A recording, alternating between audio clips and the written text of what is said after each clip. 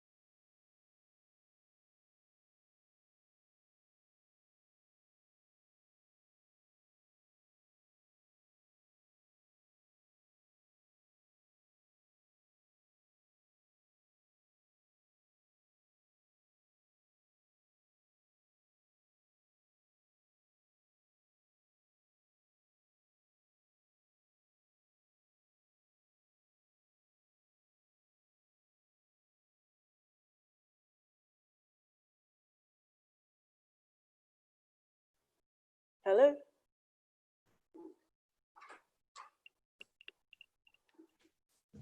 hello, good morning. Hi. Morning. Hi. Hi, how's it going? Doing well. Hello, Elizabeth. Hi, Belema. How's it in Lagos? It's going well, thank you. Okay. How's Amsterdam, Belema? Amsterdam's brilliant. We're just coping with lockdown and the rest, but we're doing fine otherwise. Okay. Has schools and every other institutions reopened, or everyone is working from home? Well, schools are back, so children are allowed out, but non-children are stuck at home. Yeah, so we're still working at home, and I think we'll be so for the foreseeable future. Okay. Of course, the usual things, you have to wear a mask on public transport, but it's holiday season and people can still travel, so tourism is starting to pick up now.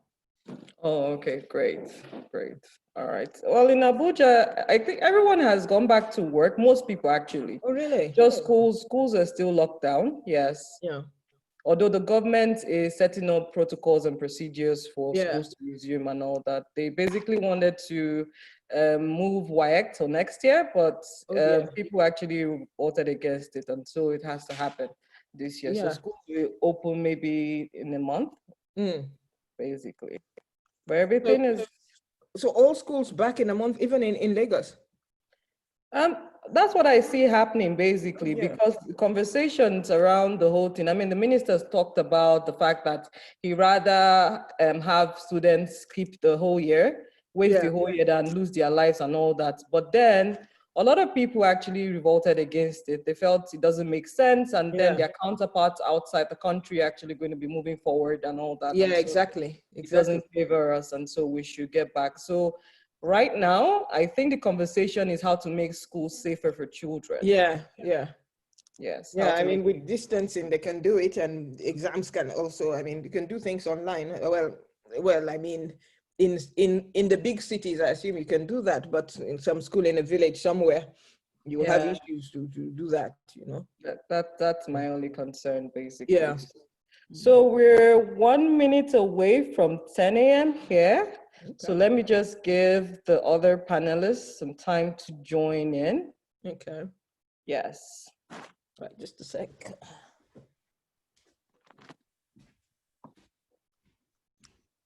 Okay, 1 second, please. Okay.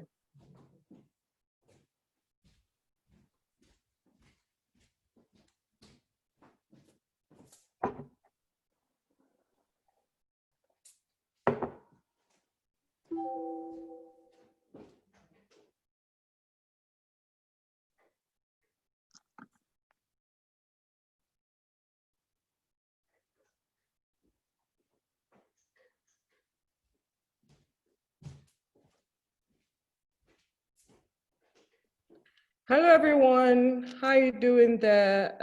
Welcome to the tax policy conversation, basically the startup taxation session. Today, we're going to be talking about taxation in Nigeria, the 2020 Finance Act, and also reviewing the 2017 National Policy on Taxation, right, by the FA Council. So if you're hearing me, please type your name in the chat box. introduce yourself, where you are, what organization you're representing, things like that. Thank you.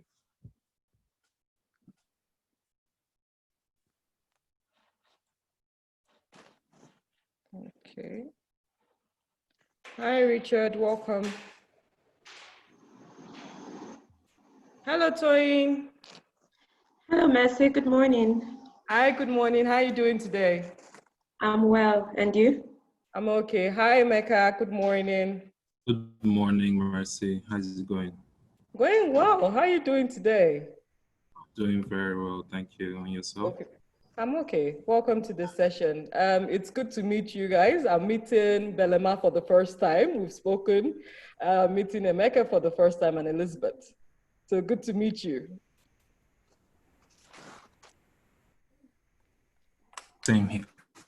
Yes. And so we're complete now. Belema, are you ready for us? Just about in a second. Okay, no problem. Okay. And so the agenda for today is pretty straightforward. We're going to be having a keynote presentation by Belema. Belema is the director of IBF Knowledge Center, Amsterdam. She's also a CTA ATT fellow. She's going to be talking about the impact of taxation on international development and developing economies using Nigeria as a case study. So that's the conversation from Belema. And so we're going to also be having a panel session on double taxation in Nigeria and administrators, the cause and effect. Hello, sir. We just have a representative joining us now. Okay. I don't think you can hear us. Okay, so we're going to be having the panel session on double taxation in Nigeria, tax administrator, the cause and effect, basically. And so that would take us into the questions, and we'll then ask questions, and then we'll round up the session. We're not supposed to stay too long, just very short and straight to the point. Hello, sir. Can you hear me?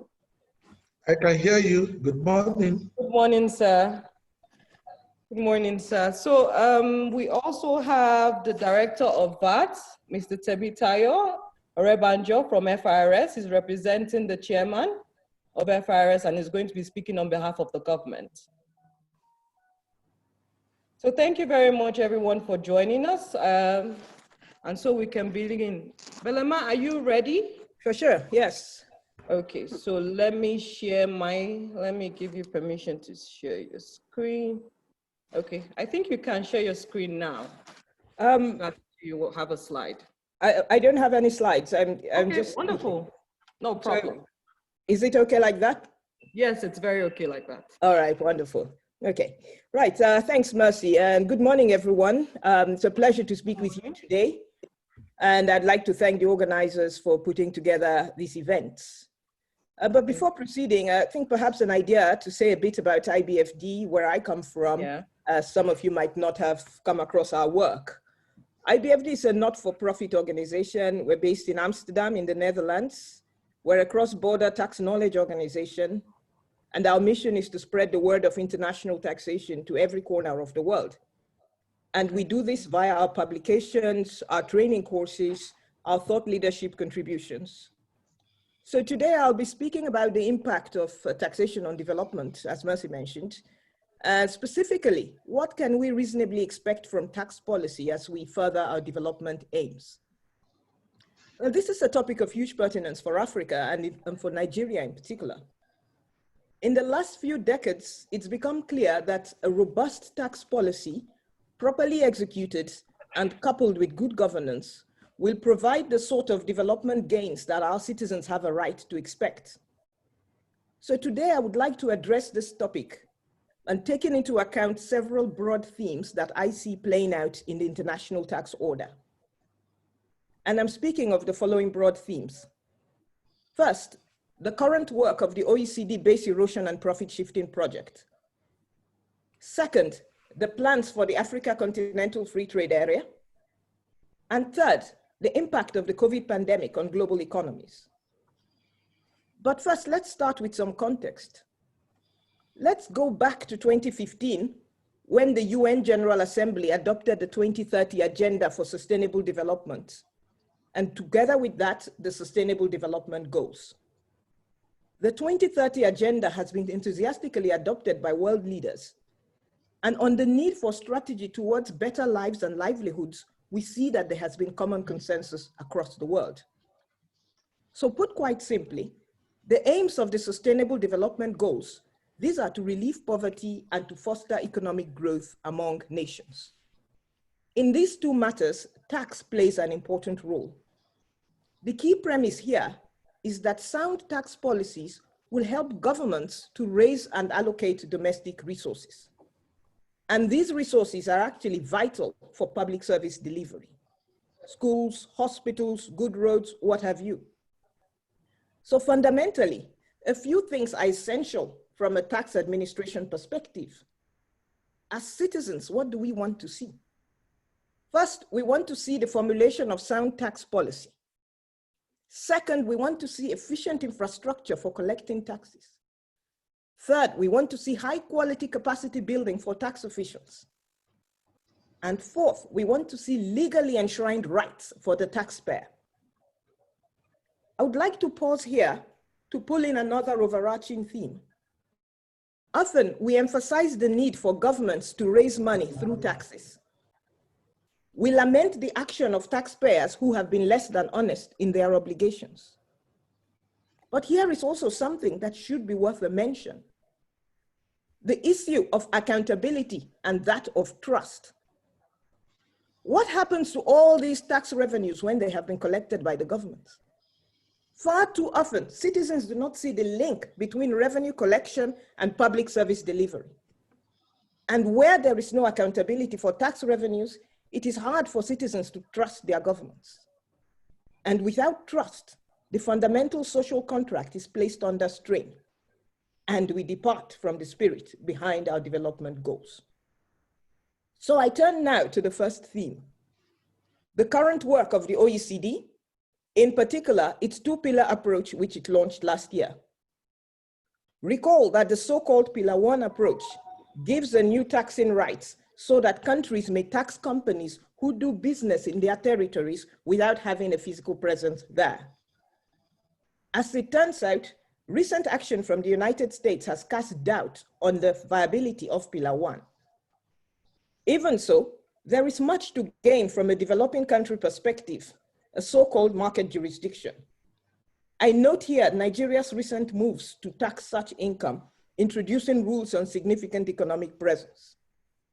And as for Pillar 2, which proposes a global minimum tax, again, there is much potential benefit for developing countries.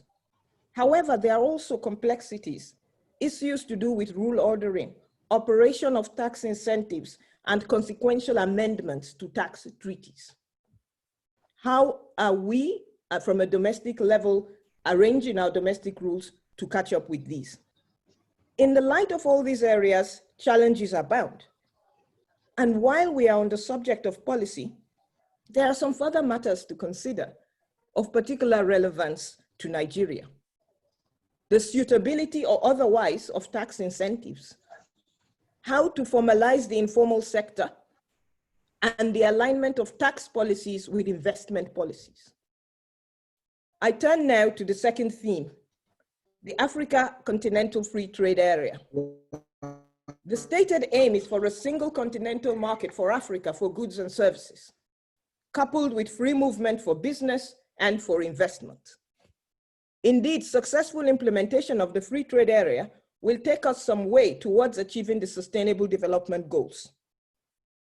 And our final theme is, of course, COVID. What disruption it has caused. Indeed, as the latest World Investment Report from UNCTAD tells us, COVID is causing a dramatic fall in foreign direct investment, with developing countries being hit hardest. Investment flows are not expected to recover before 2022, and this will have an impact on plans towards the Sustainable Development Goals. In addition, COVID has postponed the start date of trading under the Africa Continental Free Trade Area. That should have been 1st of July, but it has now been moved to next year. Challenges for sure, but still a lot to play for. To stay on track for the Sustainable Development Goals, there is need for robust tax policy discipline. Tax policies that walk the balance between domestic reality and international imperatives, tax administrations that build trust through knowledge, competence, and innovation, and taxpayers that are accountable to the system, enjoying the benefits of the rule of law and playing their part in building society. All these are within our reach in our society today. As our challenges take us forward, and we recognize ever more the need for coherence in tax policy and administration, may we not lose sight of the particular benefits these challenges bring us, and may we exploit these synergies for the benefit of society. Thank you.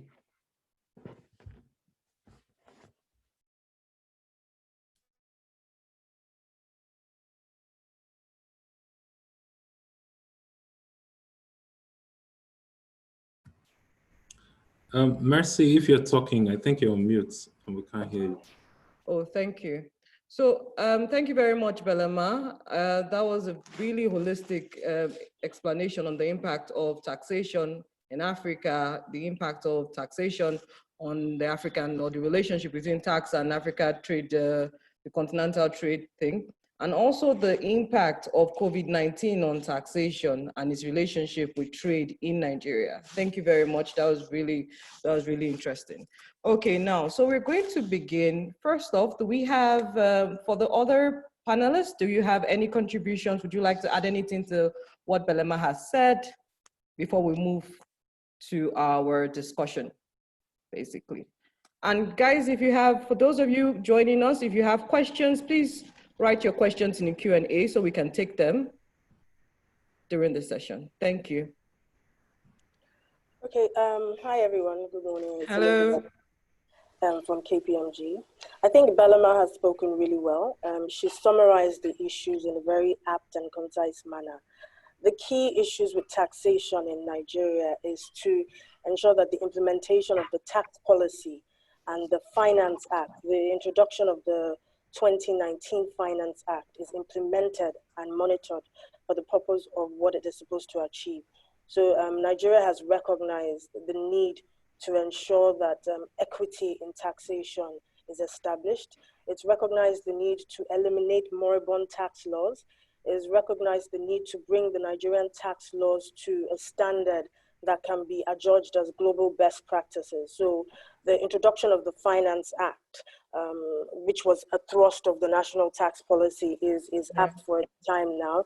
And I think during the course of the discussions, we'll delve into how that Finance Act addresses some of the issues that Belema had mentioned. All right, thank you very much, Elizabeth. Okay, does any other person have anything to add? Okay, let's move forward. Yeah, my name is Tony Olufon from Leaford Consulting.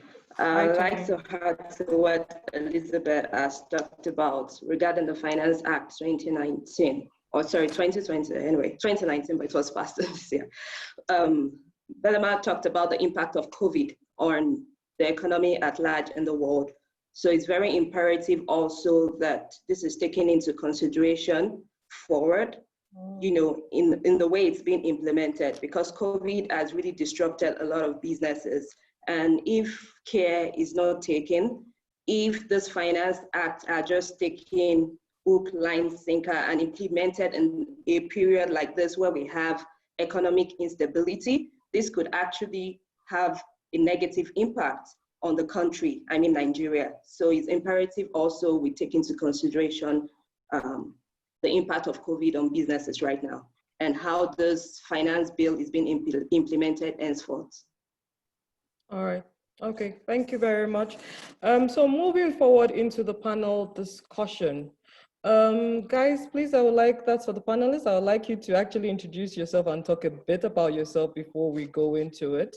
Belema already talked about her organization and what they do and all that. It would be great if you can give people a brief about what your services are and what you do in Nigeria, basically, because we have a mix of different people joining this session, from startups to investors to bankers and people in the capital industry and all of that. So thank you very much. Let's do that before we begin. Okay, good morning, everyone. My name is Elizabeth Olahere. I'm a senior manager in KPMG. KPMG is an audit, advisory, and tax practice. We engage in audit services, tax services, and advisory. I particularly am in the consumer and industrial markets division of tax, regulatory, and people services. We focus on startups, existing companies, multinationals. We advise on a whole spectrum of transactions, starting from your startup phase to your implementation phase, and we advise on tax incentives, we advise on situations with mergers, acquisitions, transaction services, the whole bouquet of tax services. And importantly is also tax optimization, which is something that, as Tony had mentioned, is very important at this COVID period. So we advise on incentives, palliatives that are available to companies.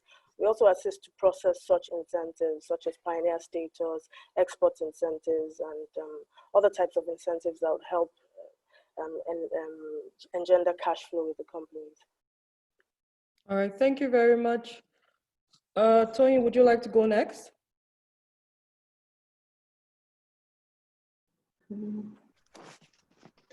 So I'm the principal partner at Leaford Consulting, and we provide accounting and finance and tax advisory services also. Basically, we deal with SMEs, mostly SMEs at the moment, and we carry out trainings for business owners also from time to time, and we provide advisory services regarding to tax also, pioneer status, tax planning, how you can, tax optimization, just as Elizabeth said, so. Okay, thank you very much, Tony. Emeka, would you like to go next?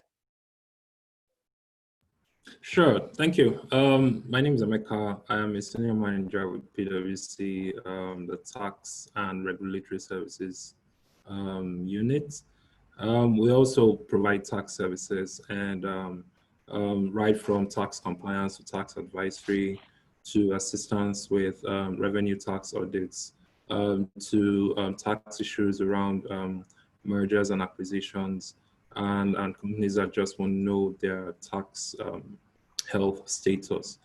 And yeah, that's what we do from our end at PwC. All right, thank you. Hello, sir, Mr. Temitayo.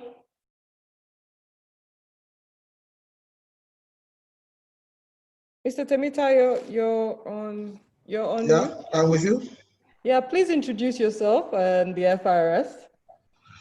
Well, I'm Temitayo Rebajo, the acting head of VAT Department, Federal Revenue Service. As the name suggests, we are responsible for taxation of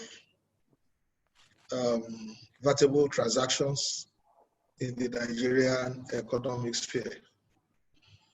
Okay. That is what my department does.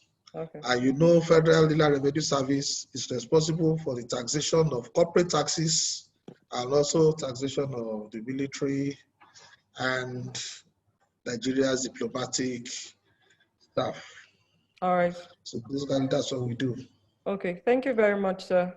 Thank you. Okay, now we begin. So the topic for this session is double taxation in Nigeria and tax administrators, the cause and effect. But basically, we would also be reviewing, like Belema has introduced, the 2020, and also Toyin and Elizabeth had alluded to. So the 2020 Finance Act, we're also going to be talking about a bit about the National Tax Policy 2017.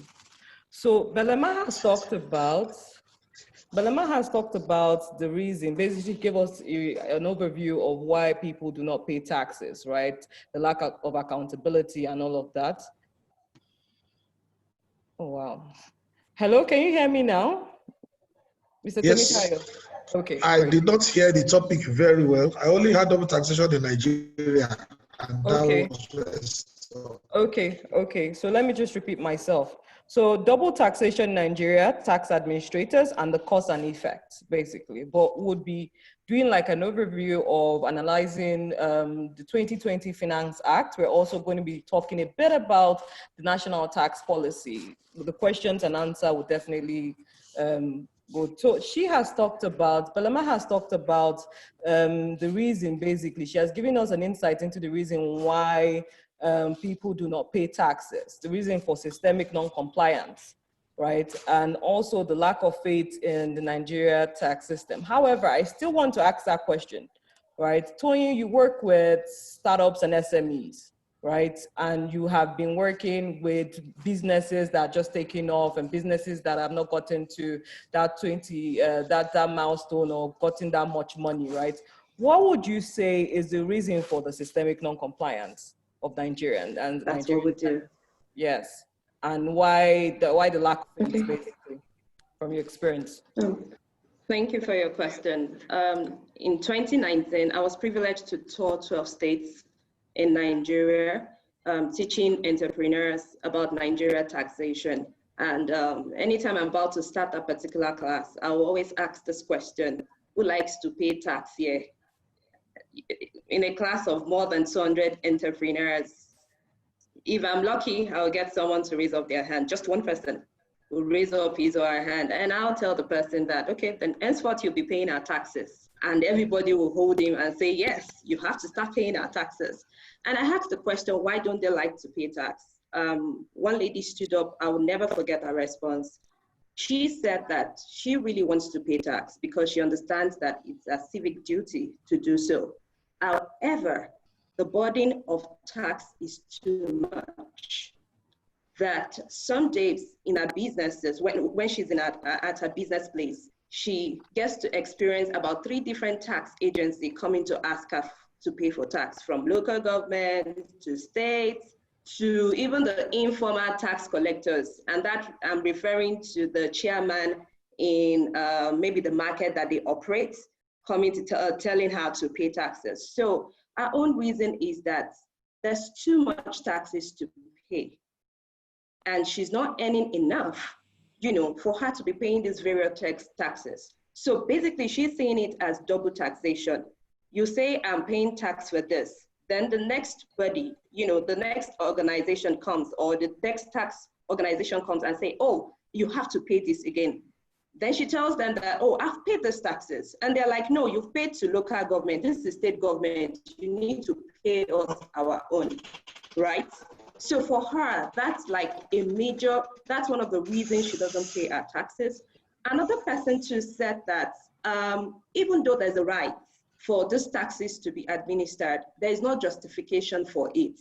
Because at the end of the day, in her business, she's the one providing electricity, she provides security, she's providing water, she's providing literally everything. So the question is, why am I paying taxes? What are my monies being used for? I don't get to benefit from it. This, from my experience, are the major reasons, that businesses struggle to pay taxes, or even individuals, they don't see the need why they should pay taxes, because there's no correlation between the taxes they pay and the level of development they get to enjoy, or the amenities they get to enjoy provided by the government. All right, thank you, Toyin. Thank you for that, basically. So, Mr. Temitayo, are you there? I'm there, I'm with you. Okay, so now she has started the conversation on the tax administrators, basically, and the fact that some people, we pay tax and we don't know who we're paying it to. So please, can you talk about the different tax administrators in Nigeria and what their duties and responsibilities are, where their powers begin and where it ends? Because for a lot of people, they have to pay to different people. There's local government, from my own understanding, I'm speaking as a layman now. There is a local government, there's FRS, there is the state board, basically, right? So, and then there are some that you don't really understand, and you say it goes to the national, to one ministry. So what taxes are we supposed to pay, and to who? Who is responsible for what? Okay, fine. Just like we have 3 tiers of government, Yes, sir. we also have 3 levels of taxation. Like I mentioned earlier, the federal government, represented by Federal Revenue Service, collects taxes from corporate bodies. That is for income taxes, corporate bodies, limited liability companies. We also collect VAT, which is a consumption tax. It is not a tax on your income. It is a tax you pay as you consume certain goods and services. The VAT is collected from everybody, both corporate and individuals. The state governments collect taxes from individuals, income taxes. What you earn from your salary, from your investments, from your ventures, from your undertakings, from your interests, from anything that gives you income, the state governments will tax you. Apart from military personnel, the police, I think the customs, and then the diplomats that are serving the country in different missions abroad. The taxes of those categories of people are collected by FIRS. For the states, they call them States Internal Revenue Service. Federal is Federal Inland Revenue Service. For federal, it is inland. For the states, it is internal. Fine. Now, for the local government level, they collect what is called rates, fees, and fines. And the most common rate that local governments collect is what is called tenement rate. We have market rates. We have a wide spectrum of rates. We have market rates, motor park fees, then rates for business undertakings. And if you look into the Constitution, all these rates and fees, they are categorized into various schedules. Wow. Okay. Maybe at the end of the day, I may be able to provide collections in accordance to which arm of government is collecting. But basically, that is just what the three arms of government do. Okay. It is interesting for you to note, this is on a personal note, that yes. I was once a local government treasurer in Ogun State for about 6 years before I crossed over to Federal Revenue Service. So in my career, I've basically been in revenue collection all through my career and in accounting. Okay. All right, sir. Thank you very much, sir. Okay, so let's go further. Yeah. Now, you've talked about the different states governments, the different tax administrators and the kind of tax they collect. I still feel like at some point, don't you think we would have to at least make it more, I don't know if it's balanced and all that, because there are lots. Now, imagine if I have a business in Ekiti State, where I'm from, for instance, right? I have to pay different tax rates, right? And let's say this business is also operating, right, on a national level, so I have a branch in other places, so I still have to pay that rate, right? So at some point, you then begin to think, like what Toyin has already said, am I not paying too much? Am I not paying too much? I know that it's legal. I know you're going to provide us with some parts of the Constitution that actually states that the legality of these taxes. However, on the part of the consumer now, on the part of the startup, part of the small business, right, it looks like we're paying so much for things that we can't actually see. That's the way it looks. That's an aside. And we're moving forward. Now, how do we move to a more equitable tax system, given that there's like 30% on corporate taxes? Correct me if I'm wrong, right? 30% on corporate taxes. There is also 20% on businesses with an annual turnover of 25 million. Is that correct? Yeah. Right. Yes, so correct. Yeah, so how exactly do we make it more balanced? How do we make it more equitable? So that most businesses now, you know that there is a difference between revenue and profit. So if I'm making a revenue of 25 million, doesn't necessarily mean I am making a profit of 25 million or everything translates to my pocket. It's not my money, it's my company's money, right? We have people to pay and all that. So Elizabeth, right, what are your thoughts on that? How do you think we can move to a more equitable system? I mean, I read KPMG's review on the tax policy and all that, and some of these things were noted there, Yes, thank you, Mercy. That's a very valid question you've asked. It's also a valid concern that a lot of SMEs, a lot of medium-sized entities have raised. The issues of multiple taxation, the issues of equity. So the national tax policy, the 2017 national tax policy, as one of its thrusts is to ensure that taxation is fair and equitable.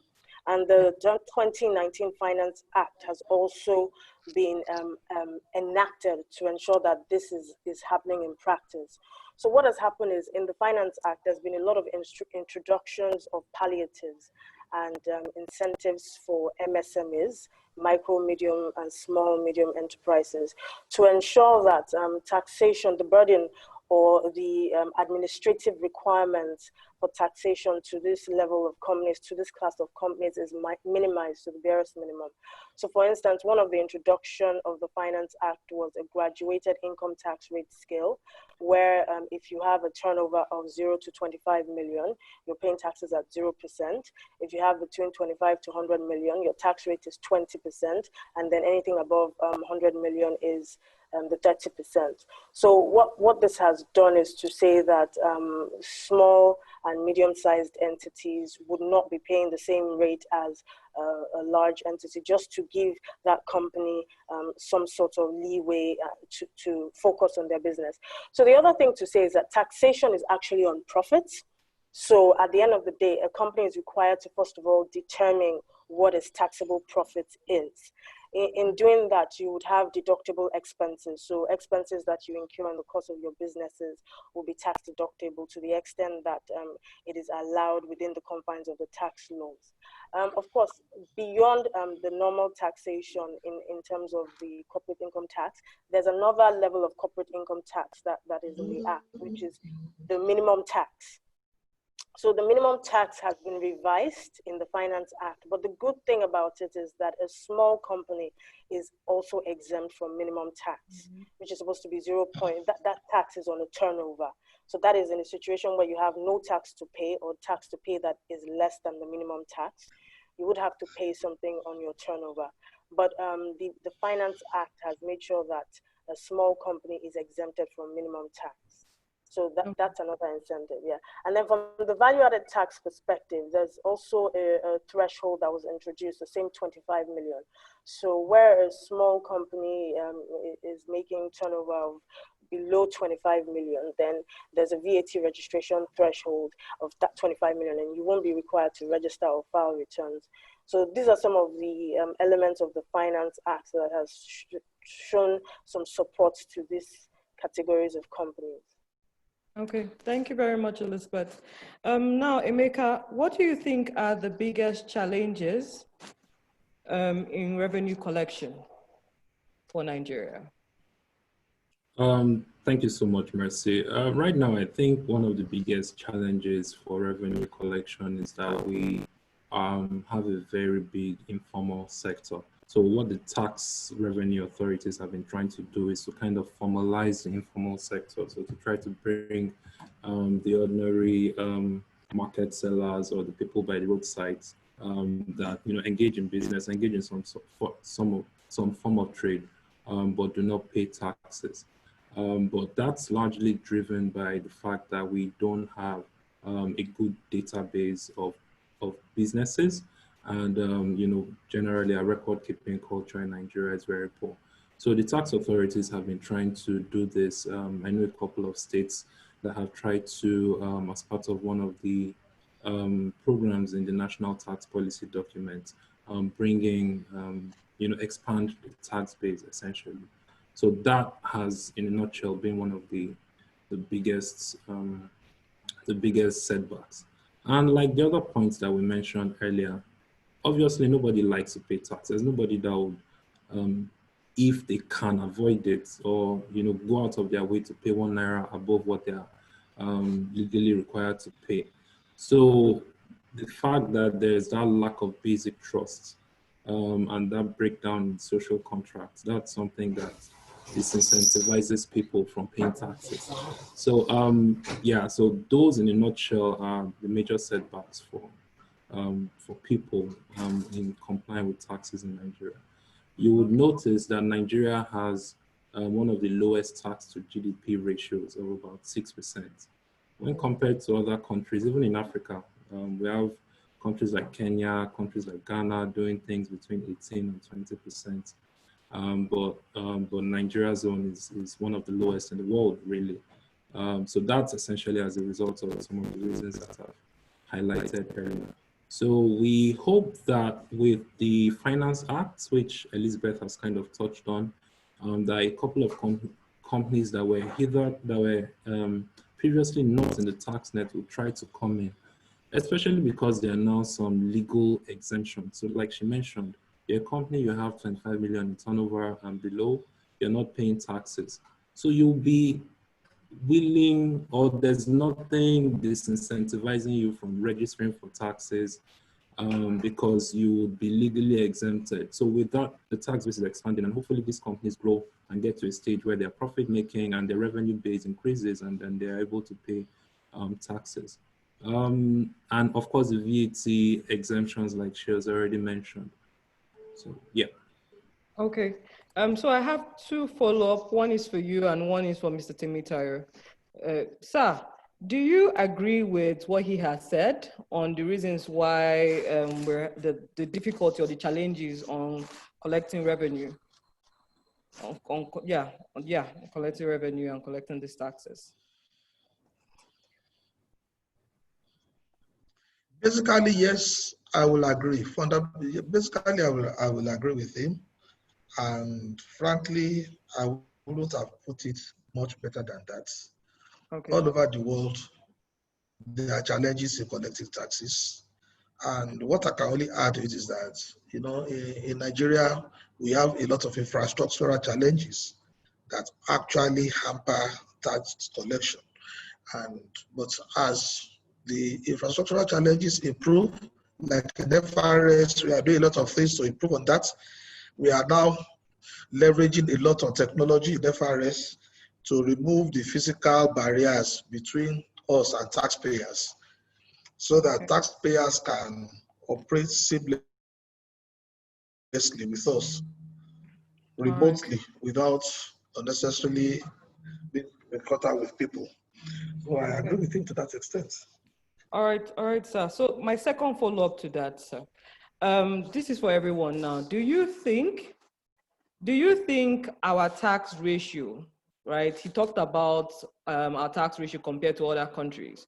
Do you think it commensurates with our level right now in terms of growth and sustainability and our poverty level? I mean, Nigeria has been recorded to be the poverty capital of the world, right? Do you think that actually makes sense? Because if you want Nigeria's tax ratio to increase, I mean, our spending power should increase, our money we're earning should increase, and things like that, right? Do you think, I don't know, do you think that it commensurates the way our taxing is, the ratio right now, and the poverty in the country? So anyone can take that. I think it's having network issues. Anyone can take that. Well, I think Emeka had spoken very well. The issues with Nigeria, even though there's systematic issues in terms of distribution of wealth, the issue is that the informal sector that plays a critical element of revenue generation in Nigeria is not being tracked properly. Although there's a lot of efforts, there's a lot of concerted efforts in bringing the informal sector into the tax net. So with Nigeria, what we've seen is that our database of taxpayers is very fragmented and disjointed. And the government, in collaboration with different agencies, have noticed that this issue is one of the underlying problems with getting taxation to be holistic and coordinated in Nigeria. The issue is that the database is fragmented. It's in different proportions and not brought together. So what needs to happen is there has to be a way to make sure that we have a unified database, and that has already started happening with the Joint Tax Board. The Joint Tax Board initiated a policy to bring TIN, the tax identification number, into a unified system by collaborating with the Corporate Affairs Commission, which recently issued a publication to the public to say that when a company incorporates, a TIN will be automatically issued to this company. So once we start to widen the tax net and put less pressure on the existing tax base, we'll have a fairer percentage, we'll have a fairer proportion of the companies that are contributing to the tax base. In that wise, the tax to GDP ratio could potentially increase, because what is happening is that the people that are in the tax net are being overtaxed, while the informal sector that actually generate revenue are not even being transparent to the government. So once the fragmentation is brought together and consolidated, there will be an opportunity to have a wider tax net and then spread this tax evenly across the formal and the informal sectors. So all these initiatives within 2018, within 2019, 2020 is undergoing reforms to ensure that, with the PEBEC also, to ensure that Nigeria has a consolidated tax database, because data is power. Once we're able to consolidate all this, we're going to be able to bring taxation into a more holistic approach rather than overtaxing the exposed people already. All right, thank you for that. Yeah, and just to, I'm so sorry, Mercy. So just to jump on one of the things that Elizabeth mentioned, recently the Corporate Affairs Commission has said that they will automatically issue TINs to companies when they are registering. We also as a positive move, because what used to happen is that you register a company with the CAC, and then you separately have to approach the FIRS to do your tax registration. Yeah. I can decide to intentionally forget to register for taxes, or but if we have a situation where as soon as you're even setting up the company, you're getting registered for taxes, that already is the right step in the right direction to expand the tax base. So in general terms, a unification of the systems and bringing together all the different databases is what is very key at this point to increasing our tax to GDP ratio in Nigeria. All right, thank you very much. Thank you very much. Just to add to what Emeka has said, okay, regarding CAC issuing out TIN at the point of registration, I think that is a needed, that initiative is actually very important, and it's timely, because the instance whereby companies then have to approach FIRS to generate their TIN, it has led to situations whereby dual TIN are generated for an organization. Right now, we have a case like that we are trying to resolve. It's the same company, the same RC number allocated to the company, but they have two TIN numbers. But now with the new initiative whereby CSC gets to generate the TIN at the point of registration, I believe that will also eliminate dual TIN generation, for companies. Okay, thank you very much. All right, now moving forward, my next question. Someone I think has already asked that in the chat.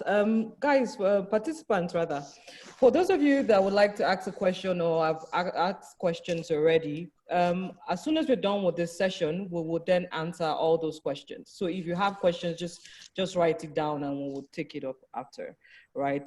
We see that the Minister of Finance, Zainab Ahmed, has introduced the company income tax, significant income presence SAP 2020 order. Right, someone has already asked, what is the impact of that order on foreign businesses? So businesses operating in the digital space like Netflix, what would happen to them, right? Since they would have to pay certain tax, how does it work? And I also see that she is, the minister also has the powers to actually execute and all that. So how do you interpret this order? Okay. Hi, everybody. So I'll just start by saying that when the Finance Act was passed, there were certain provisions that were included to tax digital companies and also companies that provide services but are not physically present in Nigeria. Now, Belema alluded to this when she gave the opening remarks, if you will, that the world of tax is changing.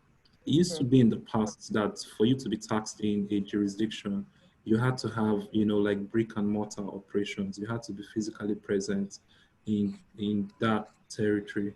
But now we find out that, you know, digitization has come in. You can be in Ireland, you can be in Zimbabwe, and, you know, you're generating revenue from Nigeria. So it's a global problem, and the OECD has developed that action that she was mentioning. Yeah. So this is supposed to be tying into that. Earlier, I think sometime last year, the EU, well, certain countries in the EU, for example, France and the rest, imposed a 3% tax on revenue that, you know, the digital companies derive from France, you know, the Facebooks and the rest. So advertising revenue and other revenue, they are saying that France should have the rights to tax that revenue up to 3%. And Trump, in his characteristic way, retaliated by increasing tariffs on French wine imported into the US. You know, so it's something that has to be approached from a global perspective. But coming down to Nigeria, so what Nigeria is doing based on the Finance Act and the SAP order and how it's a play going forward is that digital companies that operate e-commerce activities, companies that operate online via the internet, online advertising and the rest, when they generate revenue from Nigeria, including the Netflixes, the Facebooks, the Amazons, the Googles and the rest, they are now required to suffer something called withholding tax. So the payers are required to deduct 10% withholding tax when paying these companies. And annually, these companies are required to compute, you know, all their profits relating to their activities with Nigerian customers and assess themselves to tax at the end of the year. If you're familiar with the way the withholding tax system works, you would compute your tax, and then if you've suffered withholding tax, you net it off, and then you pay cash based on what is left. So that is the compliance obligation that has been introduced for digital companies. I don't want to go into all the technicalities, but there's a threshold. So it's digital companies that generate 25 million naira and above in revenue from Nigeria that have to do everything I just mentioned. For companies that are not digital, but they provide technical services, professional services, management services, consulting from outside Nigeria, the payers are also required to deduct 10% and pay to the FIRS on their behalf. But at the end of the year, those companies don't have to file returns or anything in Nigeria. That tax that was deducted is all they will need to comply with in Nigeria. Unlike the digital companies where I said the payers will deduct 10%, and at the end of the year, those companies themselves will need to do a computation of their tax, apply the tax rules, and whatever is left, they reduce it by the 10% withholding tax that was deducted earlier. So that is, in a nutshell, the summary of the SEP order that was signed by the Minister of Finance. So it's just to tax, you know, digital companies and management consulting service companies that don't physically operate in Nigeria but derive revenue from Nigeria. Are there any limitations? Well, like I mentioned, for the digital companies, if your revenue is less than 25 million naira, then these taxes don't apply to you. So that's the threshold for digital companies. Okay. However, for companies that provide technical services, professional service, management, consulting from outside Nigeria, from the first 1 naira that you earn from Nigeria, you're supposed to be taxed. So there's no limitation for those ones. Okay. All right. Now we've entered this conversation. Given that Nigeria has 13 double taxation treaties with 13 countries right now, right? And countries like Canada has 92, UK has 131, Malaysia has 68. How does this impact international trade? The fact that we have less double taxation treaties with countries. And I mean, we import a lot of things, you know this, right? So how does this impact international trade and Nigeria's digital economy? Anyone can take this question. The fact that we have less treaty right now makes it not really attractive for investors that are resident in countries that have no treaty with Nigeria. So it's imperative that the government prioritize increasing the DTT that we have with countries around the world. And just as you said, we are an importing country, like we import most of the things that we consume. In order for them to expand the investment brackets, make it attractive to investors to come into Nigeria, we need to increase the number of DTT we have with countries.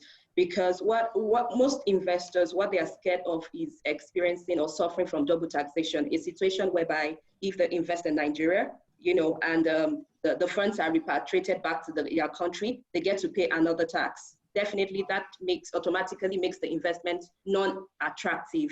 And I believe that that's one of the reasons we are not seeing a lot of investment from such countries at this time, you know, at a point like this in Nigeria. So that's one of the ways also, that's one of the things I think that the government should look into urgently, and it shouldn't take long. Okay. Does any other person want to add to that? Belema, I see you nodding your head. Yeah, I think I'll come in here. I totally agree with Tony there. For investors, for multinationals, it's more attractive if there is a tax treaty, because then, as you explained, double taxation would not be so much of an issue. So absolutely right. I think she put it really cogently there. There is another side of the issue there too, and that is the side where a country, an African country, might see that having a treaty is actually not in their interest. So if there is a country, for example, when we give advice to African countries in our job, we look at the treaty, at the trading network. And what does the treaty do? Fundamentally, what a treaty does, a double tax treaty does, it restricts the taxing rights, because as Tony explained, without the treaty, there would be double taxation. Yeah. So what a treaty does, it comes as a referee to say, okay, this country don't tax, this country tax. If you as an African country are trading a lot with a particular country, and then you sign a treaty and that treaty restricts your taxing rights, maybe signing that treaty was not the best thing that you should have done. So, because without the treaty, you would have got all this income. But now that you've signed the treaty has stopped you from taxing. So while you have to make sure that your jurisdiction is attractive enough, as Tony was saying, you also have to look at the other side to see, yes, are we attractive enough? Will a treaty actually balance us to the other end, and therefore we lose the taxing revenue because these countries, maybe this company might have invested anyway, even in the absence of a treaty. So in every case, there is just that kind of balance that always has to be struck. And increasingly, like Tony mentioned, a lot of companies are saying, we don't want to go to that country because there is no tax treaty there. So they would much rather deal with a country that has a tax treaty with the other one, and then structure their transactions through there. Okay. Yeah, I'd like to make some additional comments. Thank you very much, Belema. I think you hit the nail on the head there. So, I mean, treaties are very important. We know that. But fundamentally, I think over and above, increasing the number of treaties, we really need to review the treaty network that Nigeria has. And I'll mention a couple of issues. So you rightly said we have about 13 treaties. First of all, do we have treaties with the right partners? We deal a lot with certain countries. You find out that we have treaties with Slovakia, we have treaties with Pakistan, we have treaties with the Czech Republic. countries that we don't trade with. We trade a lot with the US. We don't have treaties with the US. We even trade a lot with some other African countries, neighboring African countries that we don't have treaties with. We've had pending treaties with Ghana, Mauritius for a couple of years, and these have not been ratified. So that needs to be reviewed. Secondly, like Belema said, Nigeria is a net importer of capital. So what that means, countries more come in here and then they extract interest, they extract dividends, and then most of our treaty provisions reduce the tax on those extractions. So if you're a treaty partner with Nigeria, for example, the dividends that you extract from Nigeria is taxed at a lower rate than if you're a Nigerian investor.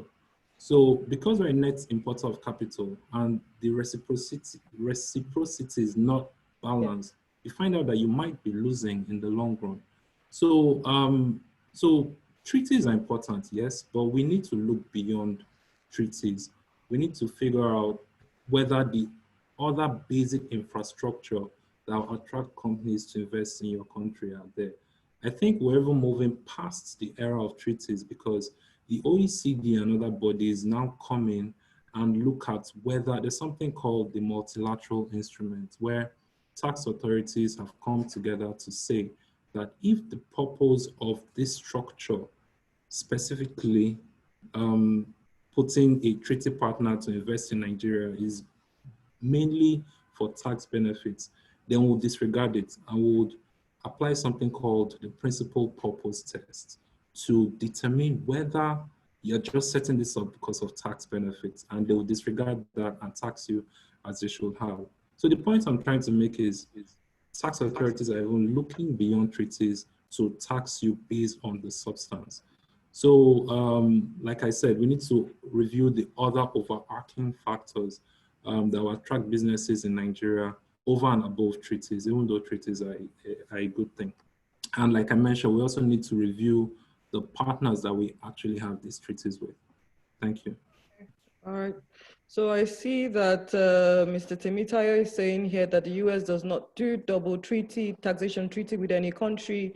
And yes, withholding tax is applicable to non-profit organizations if they award contracts, that they have a duty to deduct some payments made to the contractors and remit the same either to the state tax authority or to the FRS, basically. He has also said, yeah, he's having issues with his network. So thank you very much for that. So now we've basically highlighted some challenges, right? We've talked about the networks we have in doing these treaties. We've talked about the importance. We basically alluded to the importance of consolidating data and unification of different sectors, because that would actually help us to either increase our tax revenue and also to tax people that needs to be taxed rather than overtaxing other people that have been paying tax since, right? We've also alluded to the fact that we need to actually have the right policy or the right tax, right, basically have the right treaties with the US and people that we trade more to. Now, I want to ask, moving forward, we've alluded to some issues and all that. How exactly, what do you think are the policy way forward, right? Because the conversation, the reason why we're here is not just to talk about these things, but also profile solutions, right? We've talked about different things. How do we make it better now? That's my question. So what do you think the government can do? We have Mr. Temitayo here who is speaking on behalf of the government. So what do you think the government can do to make it better? What are those recommendations you have that would make Nigeria better in terms of taxation and would also reduce the burden on citizens who have been paying taxes for so long and not seeing anything in return? The first thing I would say is that Chime mentioned something that I think either Chime or someone mentioned it, that Nigeria has one of the lowest tax rates in the world. I don't know who mentioned it again. When you look at that, and with all the palliatives the government has given with the recent COVID-19, I think the government has bent extra backwards to make things very, very easy for Nigerian taxpayers. Look at the issue of VAT. Before COVID, I think Nigeria increased VAT rates from 5% to 7.5%, which is still one of the lowest in the world. Yeah. When COVID came in, The only other country that has a low VAT rate as Nigeria is Saudi Arabia. Saudi Arabia increased from 5% to 15%. And that tells us something, that Nigeria is doing something extra that other countries are not doing with regards to its taxation rates and policies.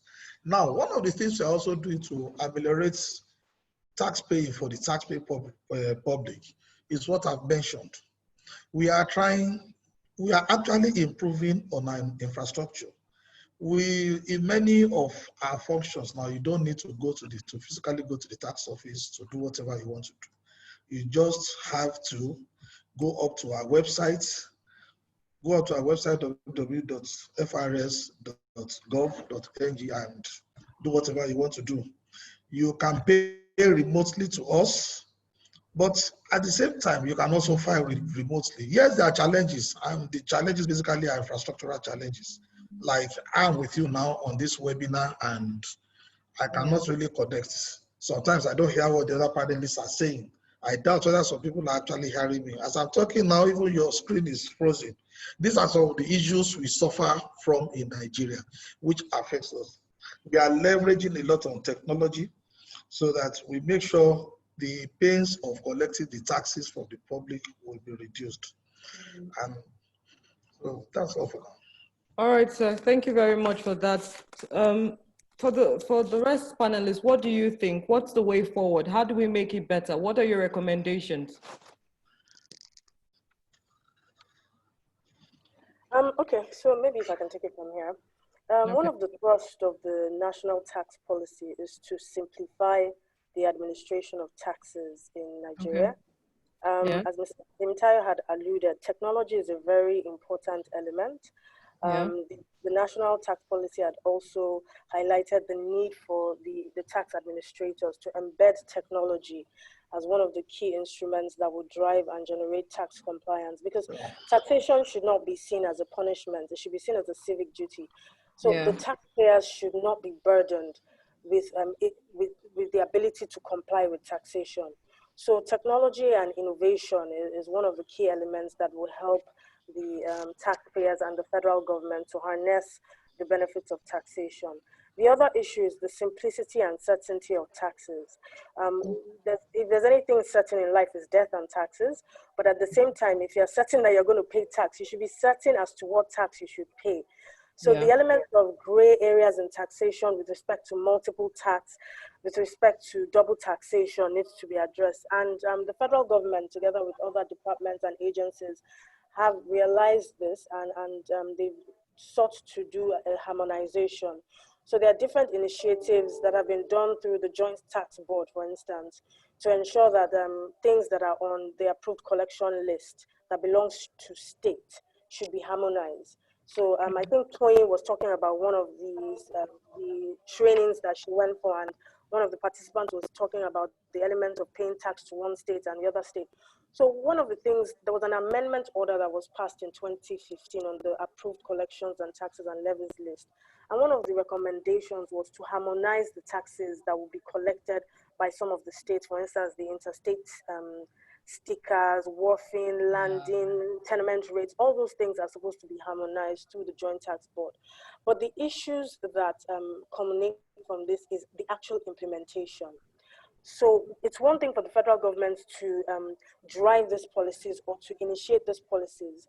The next issue is the actual implementation of these policies and making sure that the state's inland revenue services and the FIRS, they all adhere to what is being implemented in black and white, or what is being directed in black and white. So implementation of harmonization initiatives should be monitored either by the Joint Tax Board and the FIRS to ensure that the benefits that are supposed to accrue from the harmonization of tax systems is actually felt by the everyday taxpayer. So I've mentioned technology, I've mentioned the harmonization. The other issue is the simplicity and the certainty. So where taxpayers are certain about the taxes that they're supposed to pay, and the method to pay these taxes is simplified, it will obviously engender people to pay their taxes as at when due. The other issue is palliatives. Belema had alluded to the issues of trust. She had alluded to the issues of the economic environments that Africa and developing economies face. So one of the things that the federal government can look to do is to provide a cushion for taxpayers, either through incentives such as the tax holiday, where there's something called the pioneer status incentive, where people are exempted from taxes, to allow them focus on generating profits and taking their businesses to the next level. There's also export expansion grants, there's export incentives that can help companies to ensure that they're able to recoup and just generally build up their businesses. So the promotion of incentives is another way forward that would help taxpayers to just get a cushion and build up on their business model before they start paying taxes. Okay, thank you. Does any other person want to add something to that? Well, yeah. I would just say, okay, I'm sorry, Tony, go ahead.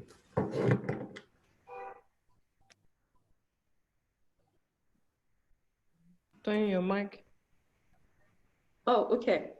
Just to add to what Elizabeth has said, I don't want the local government taxes to be sidelined in any way also, because that's one of the taxes that directly impact the masses, or more of the populace in Nigeria. And right now, the local government taxes, there are a lot of them. There are so many. I think that has to be reviewed constitutionally. That constitution has to be reviewed, and some of those taxes have to be harmonized. There are instances whereby you're told to pay environmental tax and pollution tax. They're kind of similar. So why don't they just harmonize it in a way that it's just one tax? And also, I think also the constitution has to be clearly defined as to the value attached to these taxes, or how they should be taxed in terms of the amount, because that's something that the business owner suffers from right now. And right now also, and there are some gray areas also that needs to be straightened out, that needs to be cleared. For example, operational levy. There are some local government that have extended operational levy beyond kiosks and shops to include even private organizations. And private organizations are like, I pay tenement rates, I pay other taxes. When you rent, you pay stamp duties on your rent contracts, and stuff like that. So that's so much tax for them to pay. So it's very important that the local government taxes also are being harmonized with the state taxes and with the federal government taxes also, in a way that there are no overlapping, they are clear and they are fair. The moment the citizenry sees it as being fair, they will be bought into it. They'll be willing to comply without any fuss or without trying to evade taxes. Okay. All right. Thank you. Emeka? Yeah, well, I largely agree with all the points that have been mentioned. I also wanted to say that Mr. Temitope was right. There are a couple of things in the Finance Act that, are, in our view, positive steps to improving Nigeria's tax position. So we have, in the past, Nigeria, used to be a good jurisdiction for holding companies. So there are some rules that have now been taken out from our tax laws, and now we have a situation where holding companies can actually come into Nigeria. And when I say holding companies, I mean like companies that have different subsidiaries. So we have that now, and we also have the exemptions which we've mentioned for small companies and all the likes. So we think that with that, small and medium scale enterprises, which are essentially the backbone of the economy, will be allowed to thrive. There are some issues though, but for the most part, we think some of these incentives in the Finance Act are a step in the right direction. All right, thank you very much. Okay, so one question from me before we dive into the questions asked by participants, right? So I don't know if you guys saw the outrage on Twitter some weeks back on Access Bank. concerning the stamp duty. Did anyone see it?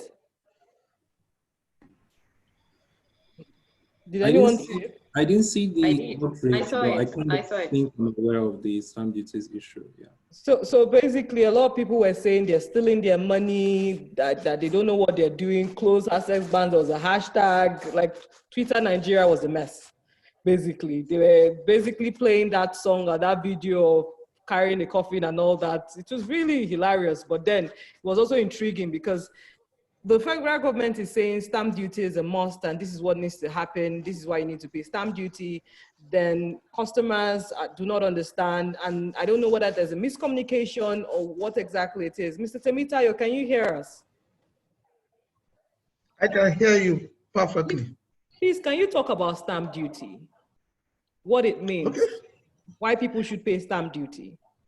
Well, stamp duty is a duty on documents that represent transactions between two parties. And stamp duty is payable when those transactions have consideration. So when, basically in the simplest form, when I purchase something and it is receipted, it was with stamp duty. That is just the basic, at the most basic level. I think what we are now doing, before, it was very, very difficult to stamp duty transactions between individuals when they are receipted, because they have to, it's either you go to purchase an adhesive stamp from FRS or you go to the postal services to buy a stamp to evidence that transaction. But we are now leveraging on technology. It makes it very, very cheap and very, very easy to stamp duty transactions. I think the threshold is any transaction above 10,000 naira. I may not want to comment on the Access Bank Twitter. I did not see it. I'm not on Twitter, but I heard and I read about it in the newspapers. But I think what happened was that there was a timing difference between the time Access Bank. Mr. Temitayo, are you still with us? Oh, wow. Okay. Duties from it or their customers. I think. Can you hear me? Your picture is frozen. Can you repeat that? Can you repeat that, sir? What exactly? Everything or the from last where? sentence. The last sentence. No, the last sentence. I said I am not on Twitter, so I did see the Access Bank Twitter, the Twitter debate, but I read it in the newspapers, and I think what must have happened was that there was a timing difference between the time Access Bank applied the stamp duty rate on its customers and the time the customers got to be aware of that stamp duty. Okay. So I think that was what caused, because it did not happen to other banks. Okay. Okay. Okay, I think we'll come back to other you. Banks are also collecting stamp duties. Hello, can you hear me? On our behalf. All right. Okay. Hello? Okay. I can hear you now. Lost you for a bit there. All right, so we're going to dive into questions that has been asked by the viewers, people following up this conversation. We have lots of them. So the first question is, just a second, let me go here. I want the FRS representative to tell us what they are doing to help firms like us reducing the tax rate also. Mr. Abdulakim, what sector are you in? And are you a small business or is this small and medium? What exactly, so he can answer properly? So I think he will come back with that. And now, I think I can take that question, basically, without knowing the sector. Okay. Can I take the question? Okay. Number one, FRS does not set tax rates. Okay. Rates are set by government. The federal government, in conjunction with the National Assembly, sets the rates. We only apply the rates that are set. We have no input in that. Our work is just to go and carry on instructions given to us to do. Okay. All right, understandable. All right, so someone is still talking about the stamp duty. He said he's very lost, that's Mr. Alfred. He's very lost on the essence of the imposition of stamp duty. An analogy to drive home the point would be helpful. Okay, hi everybody, I'll just try to explain. So the stamp duties is supposed to be a tax on instruments. Just for context, the Stamp Duties Act is a very old act. It's an act that was enacted sometime in 1939, and we've retained it. We know that there is a revenue crunch, and the tax authorities are looking for how to maximize tax revenue. So they've gone back to this act and said, oh, it's like, you know, there's some ways to generate revenue that we may have been ignoring. Now, the Finance Act also kind of included some amendments to the Stamp Duties Act to expand what instruments mean. So the old Stamp Duties Act defines instruments, and I'm using the terms loosely. So any executed documents, any receipts, any contracts, any documents between two parties, they need to be stamped. The stamping on those documents sort of makes them legal and sort of makes those documents admissible as evidence in the courts in the event of any dispute. So that's just a general rationale for stamp duties. So for example, you have a contract with another entity and you don't stamp that contract. If there's a dispute, you can't present that contract as admissible evidence in the courts. If it is not stamped, you then have to go stamp it. Above that, we had different rates for different types of documents. So if you mean there's a certain rate, if you have certain other documents, there's a certain rate. So that was the idea of stamp duties. The interesting thing came when, you know, the Finance Act came in to, and also before the Finance Act, when notices were issued to the effect that transfers, electronic transfers were stampable transactions. So if I transfer an amount to you, that transaction is something that needs to be stamped. It doesn't have to be a physical stamp, but it needs to have the, I guess, acknowledgement that it's a legal transaction, if we can put it that way. And the threshold was included, and the threshold is 10,000 naira. So if you've noticed, when you buy fuel from the gas stations or you do electronic transfers with the banks, if it's above 10,000 naira, there's a stamp duty of 50 naira thereabouts that's deducted on that transfer. So that's the whole idea of stamp duties. I think with the Access Bank case, maybe they didn't, you know, charge those duties, and they now try to go back to charge them on previous transactions, and that was why there was outcry. But this is what we're seeing, that the tax authorities are trying to be creative with the ways that they generate revenue, and they're looking at laws that they may not have focused on before, and they're trying to see how they can apply those laws. Whether it will be practical to implement is a different thing going forward, but the realities on ground are that companies need to be aware of these laws. They need to review their operations to ensure that they are in compliance with these laws. They need to review their contracting to be sure that, you know, they've paid stamp duties on them, because if the tax authorities come for an audit and they look at your transactions and they are not stamped, they can impose the duties plus any penalty and interest. You may have seen in the news that there is a committee set up by the Ministry of Finance and the FIRS to do something called a back year stamp duties audit. where they will basically go to different companies and review your contracts and impose any outstanding stamp duties. So companies are advised to review such compliance going forward. Thank you.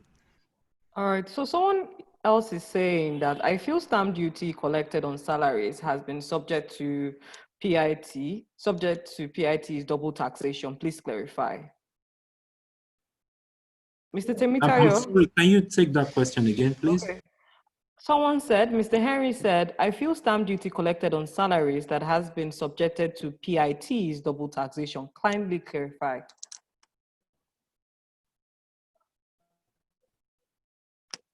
Mr. Temitayo, can you hear me?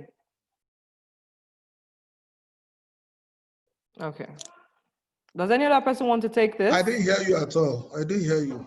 Okay. Henry says, I feel stamp duty collected on salaries that has been subjected to PIT is double taxation. And we should kindly clarify. Well, it is not double taxation because. Oh, wow. Mr. Temitayo, can you type in your response so that I can read it out? We can't hear you. Now, Mr. Abdulakim is also asking, can we have an explanation on expatriate tax? The taxation, the stamp duty. Mr. Temitayo. Yeah. Hello. Sorry, we couldn't follow you. Could you type in your response because of your network so that we can read it out? Okay, I will do. Okay. Now, Mr. Abdulakim is saying, can we have an explanation on expatriate tax, registration and filing, and who has the jurisdiction, federal or state? Who wants to take that? State. Income tax of expatriates is state. It's state. State. Okay, state. So yeah, the income tax on personal income tax is based on a residency status. So depending on where the expatriate is resident, they would be remitting their pay tax and income taxes to the State Board of Inland Revenue Service where they are resident. Meanwhile, expatriates that are resident in the Federal Capital Territory will be remitting their pay tax and income tax to the FIRS. Okay, great, great. So moving on to the next question. Nigeria's low tax to GDP ratio, is this mainly due to apathy collection or accountability of collection? Is Nigeria's low tax to GDP ratio, is it mainly due to apathy, collection, or accountability of collections? Let me quickly come in there before the other panelists come in. Okay. You see, it's always interesting hearing this question. On one hand, people would berate government for high taxes. And on the other hand, they will now say we have a low GDP to tax collection. I will just stop there. Okay, let the other panelists take over. But I think it is mainly due to apathy and maybe the mechanism of collection, which we are trying to improve on, as evidence with all the innovations we are trying to bring in, which is now causing a lot of cries out there in the public space. The other panelists can take over from there. Okay, sir. Does any other person want to take that question? Well, I think it's a combination of factors. So it's a catch-22 situation. I'm a company now. I'm an SME, for instance.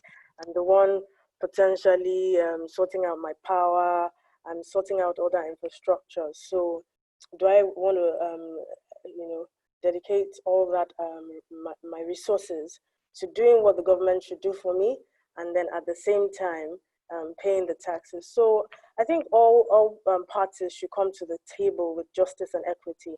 As a taxpayer, it's your civic duty to pay your taxes. As they say, give to Caesar what belongs to Caesar. So you must fulfill your tax obligations as a moral civic duty that you should adhere to. At the same time, the federal government, although they've already started making concerted efforts, the federal government can help to promote a fair and equitable system of taxation.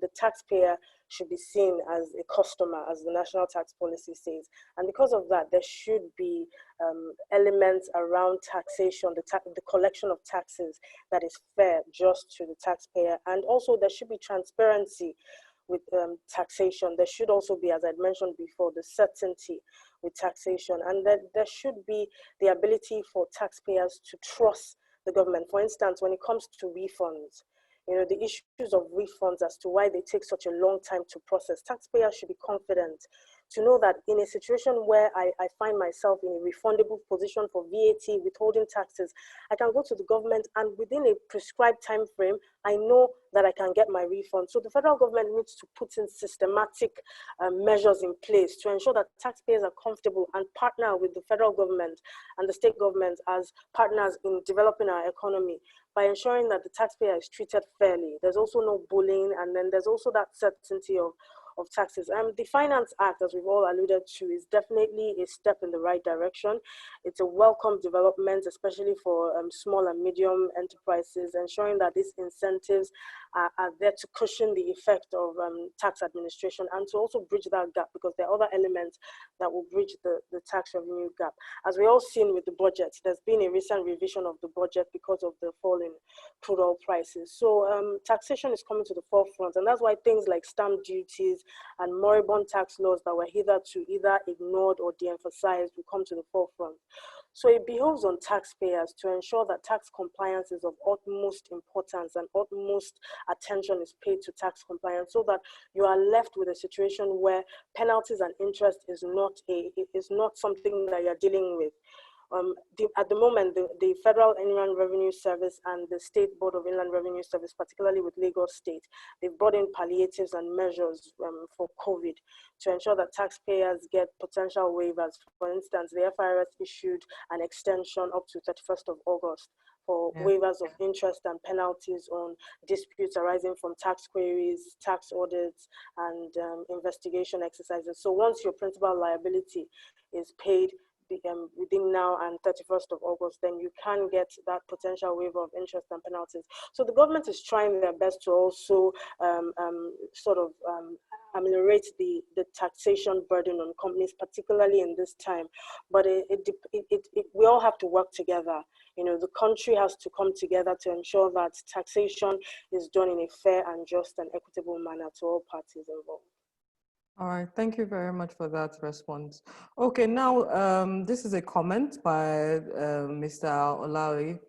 The levies from local governments are usually numerous on SMEs, and I think we've talked about this. And these needs to be reviewed by relevant arms of government. While the recent VAT increase is counterproductive, as a lot of SMEs have gone under as a result of this couple with the current COVID-19 pandemic, the VAT Act should be reviewed to soften its impact on certain goods SMEs if possible. I know this comment is targeted at Mr. Temitayo. Right, so let's move to the next question from Mr. Olayinka Williams. A company that has its base in a foreign country, having branches in other countries such as Nigeria, how will double taxation be eliminated while they are in the Commonwealth Treaty? Who would like to take this?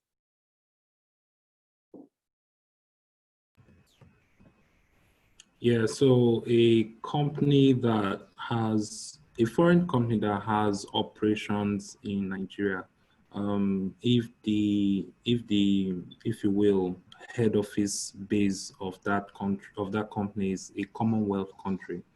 The Commonwealth Treaty allows companies to take a tax credit of up to 50% of the tax suffered in that other jurisdiction. So I'll give an example. Nigeria and Kenya are Commonwealth countries. So if I have operations in Kenya and I'm a Nigerian company and I suffer Kenyan tax of 30%, and I'm computing my Nigerian tax, I'm allowed to reduce my tax payable in Nigeria by 15%, by half of the tax I've suffered in Kenya. Let me just summarize it that way. So that's how the Commonwealth Treaty works. Okay. All right. Does any other person want to add to it? I just want to ask He a has question. explained the whole situation as it is. Okay. Belema? Yeah, I'm just wondering, I mean, this Commonwealth Treaty, if Emeka could maybe elucidate a bit, what happens then if Nigeria has its own double tax treaty with Kenya? Does the Commonwealth, is the Commonwealth Treaty displaced in that instance? Or, I mean, how does that relate to bilateral treaties that African countries or countries may have? Let me just come in there. Let me come in there before Chukwuemeka. Now, someone once said that we have treaties with only 13 countries. But one of the things that for Commonwealth countries, because of our common heritage, we have that tax treaty, not that applies to all Commonwealth countries. So in effect, it's like we have a treaty with each Commonwealth country, because what happens to every Commonwealth country applies. What we apply to Kenya, we apply to every Commonwealth country because of that Commonwealth heritage we had from Britain. If we now go out of our way to have a separate treaty with a Commonwealth country, and they have provisions that are distinct from what applies to Commonwealth countries, that treaty will supersede. Okay. Oh, thank you. Emeka, do you still have something to add to this? Oh, no, very correct. Like you said, the way treaties work is if two countries have gone out of their way to design specific tax treatment for transactions between them, they supersede the general tax law provisions. So to Belema's question, like Mr. Temitayo has said, if Nigeria and Kenya, we've been using Kenya as an example, have a separate treaty, the provisions in that treaty will override the individual provisions in Nigeria's tax law or Kenya's tax law. And that's where the Commonwealth provisions are, by the way. Yeah. Okay. All right. So next question from Mr. Aloye. Dear panelists, can you enlighten more on situations where companies are registered but have not started production years later? What happens to their registration for tax purposes at incorporation, as most companies do not usually take off until years later? Thank you.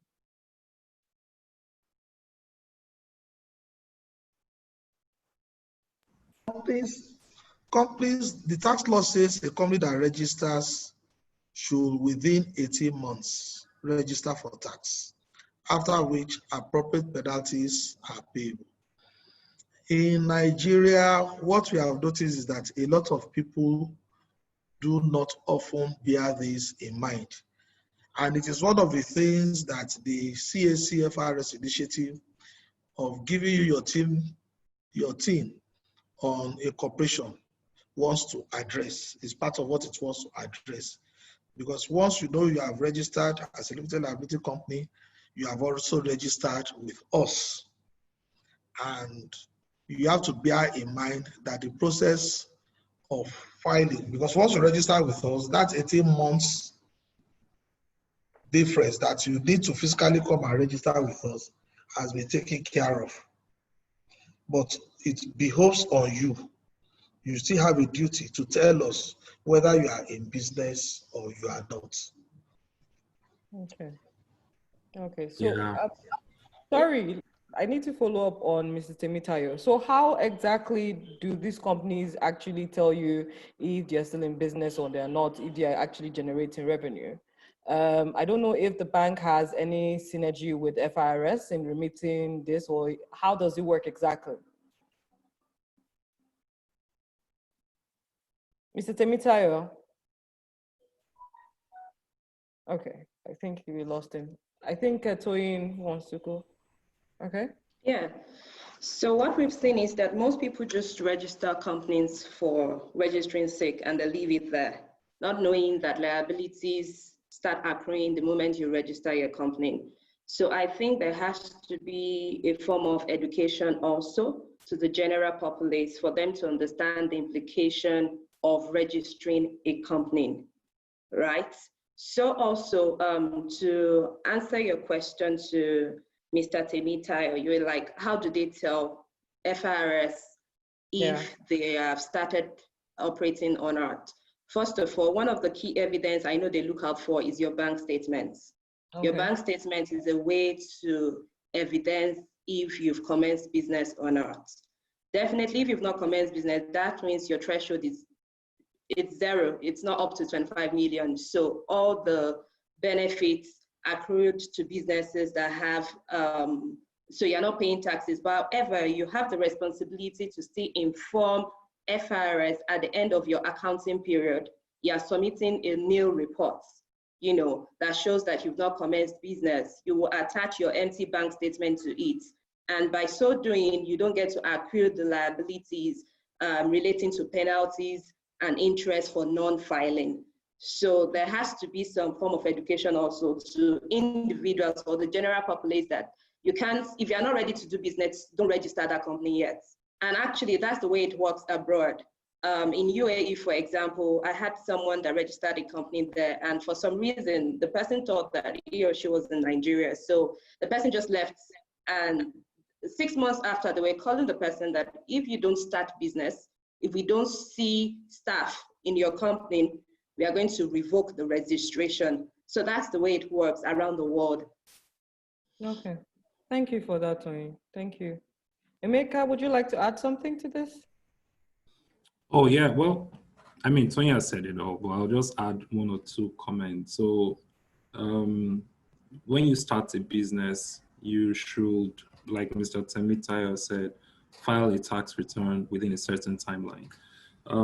It doesn't matter whether you've started generating revenue or not, because the tax return submission is not just because the government wants money. Government also wants to use it for information purposes and all that. So they actually just want to see a return, even if there's nothing on it. So you're required to file your tax return from when you register, even though you've not started operation. So companies should have that in mind when they register, that they need to start filing tax returns. Otherwise, there are some penalties for late or non-filing of the returns, and that is separate from the penalties from not paying a tax if you have revenue. So tax in Nigeria generally is self-assessment. So I make money, I present to the government that I made this money and here's my tax. So you need to also be able to, in good faith, present a true and fair view of your operations to the government. Thank you. All right, thank you for that. Thank you for that. Sorry, Mercy. And in addition to that, it's very important that companies know that even when you're dormant, you're expected to file your return. So as a matter of fact, the FIRS issued, I think, a public notice in February of 2020, and also they issued a second one sometime this year, also reminding dormant companies to regularize their tax affairs, because the tax law does not exempt you from filing your VAT returns and your CIT returns, even though you've gone into a state of dormancy. So you're supposed to comply with the VAT on a monthly basis, and even your corporate income taxes. So that notice was made, and a time frame of 30th of June was actually given to companies and taxpayers to ensure that they regularize their tax affairs with the FIRS. Okay. And going forward to make sure they continue their tax compliance status and filings.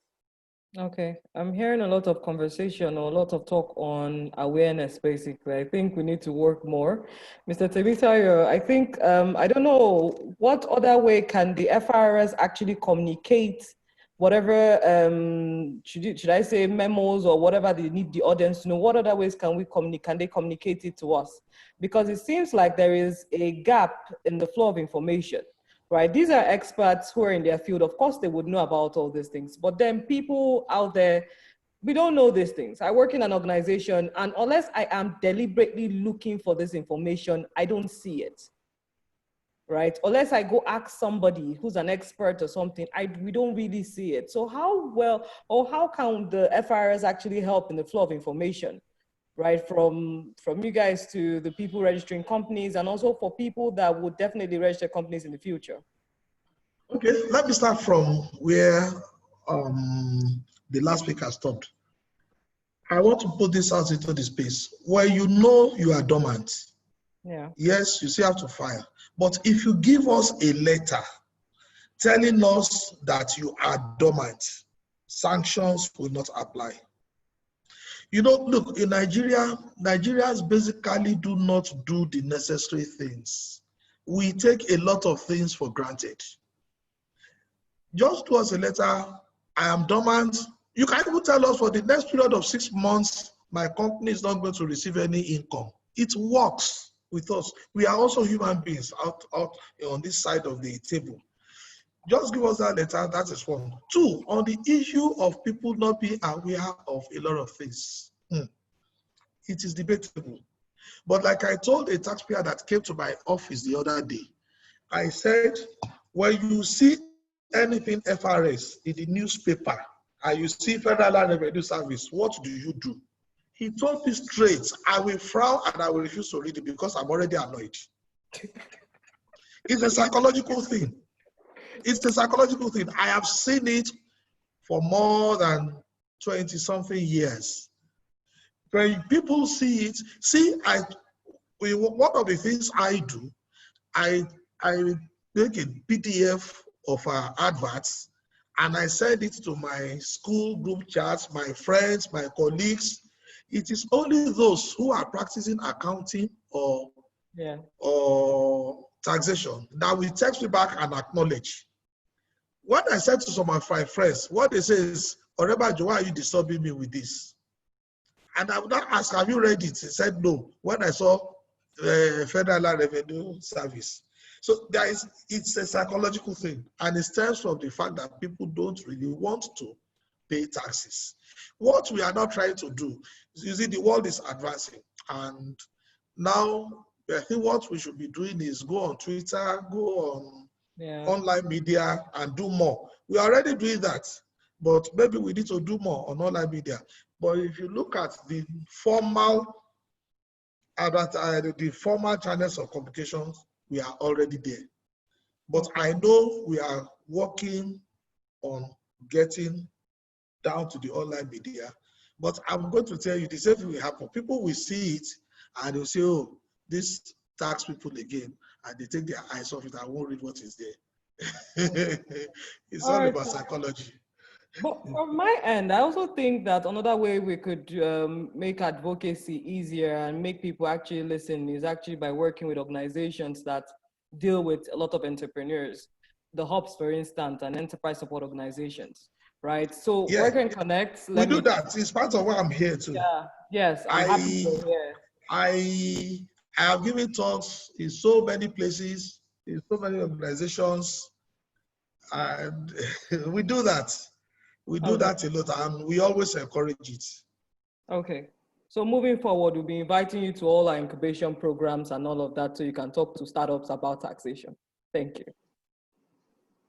All right, so next question is it's not a question, it's a comment by Henry. Bringing the informal sector in the tax net may not be enough considering the poor record keeping nature of the operators in that sector, in the sector, which has resulted in the slamming of unrealistic BOJs by the relevant tax authority. I think this is for Mr. Temitayo. Do you have a response to that comment?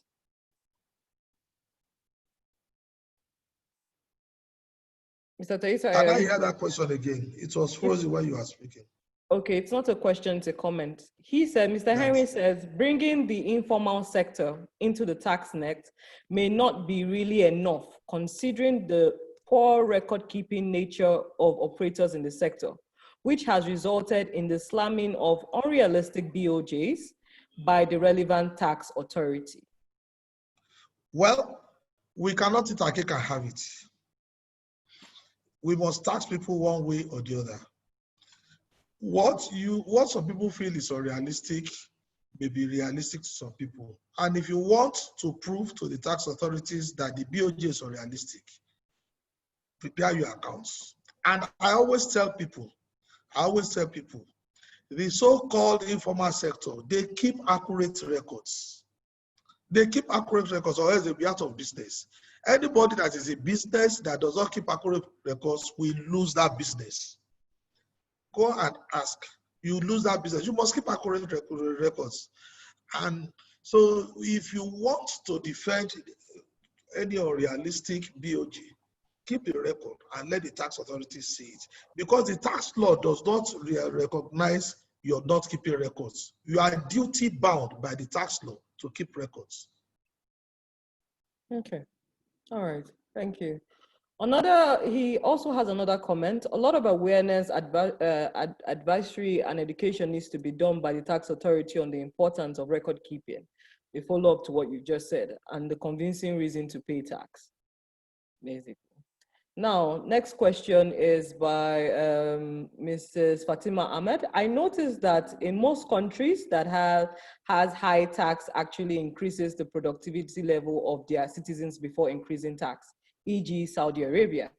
Saudi Arabia tries to see how citizens can earn more with more than the increase in their tax. Please explain more. She's basically asking how we can do something like this in Nigeria, right?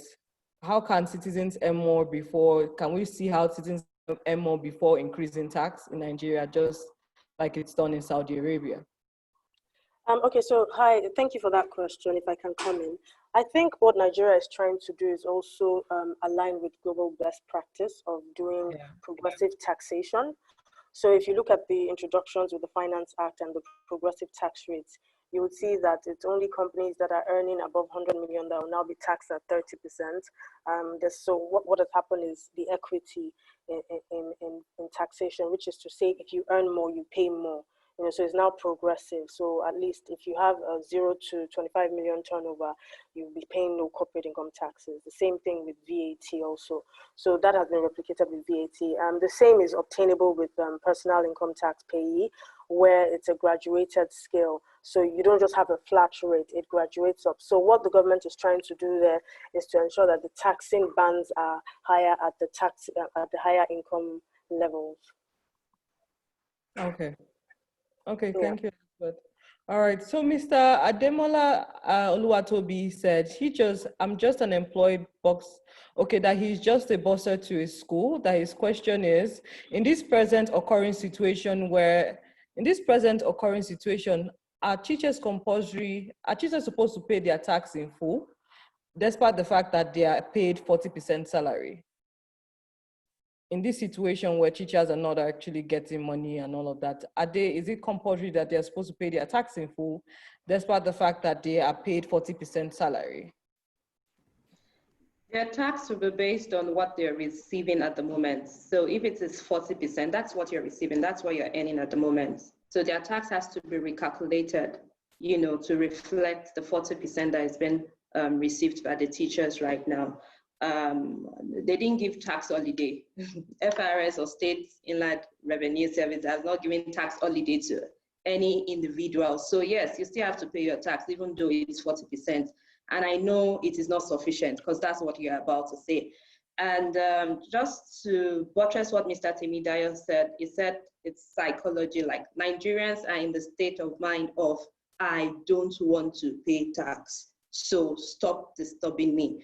And I think it's something that FRS should critically look into, if they really want to have the buy-in of the citizenry, and also to reduce the cost of compliance.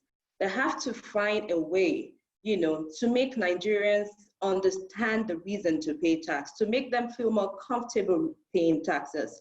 I know I've been in panels whereby FRS will say that they are just the collecting agents. They don't monitor how it's being utilized. But to make, I think, to make FRS work easier also, I think they need to pass this message across to the bodies, in charge of utilizing these funds also, that please, we need you guys to use it very well in order to make our job easier, in order for us to be able to reduce the cost of compliance. We really need to have this conversation, truth be told.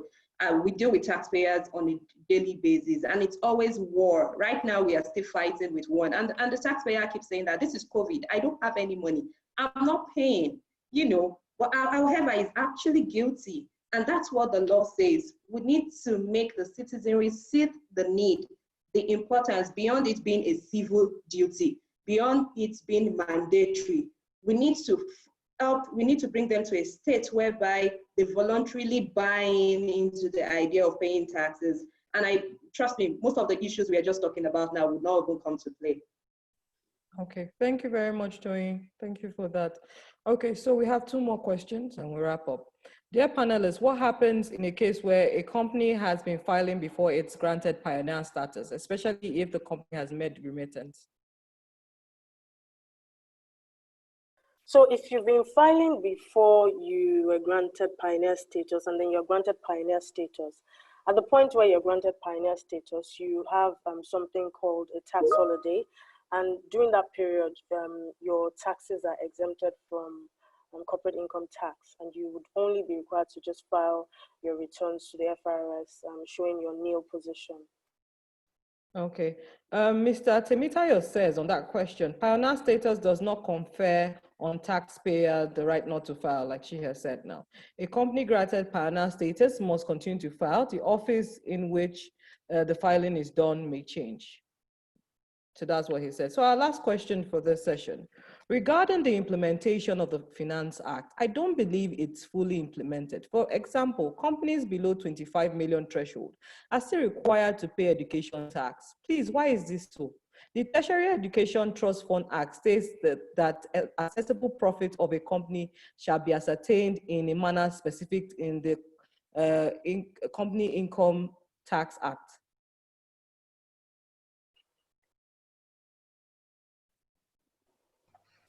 Education tax is different from income tax. Primarily, the 2019